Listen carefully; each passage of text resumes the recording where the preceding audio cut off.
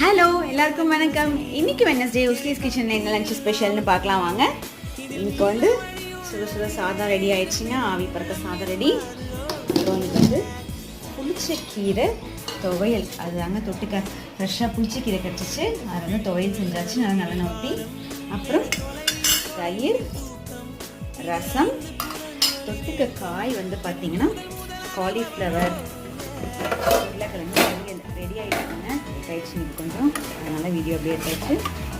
Cauliflower உருளைக்கிழங்கு பொரியல், இதுதான் இன்றைக்குண்டான லன்ச் ஸ்பெஷலுங்க. ஹோம்மேட் மசாலாஸு, தொக்கு வெரைட்டிஸு, கஞ்சி மிக்சர்ஸு, அதெல்லாம் வந்து எந்த ஃபெசிலிட்டிஸ் இல்லாமல் செஞ்சு கொடுத்துட்ருக்கேங்க.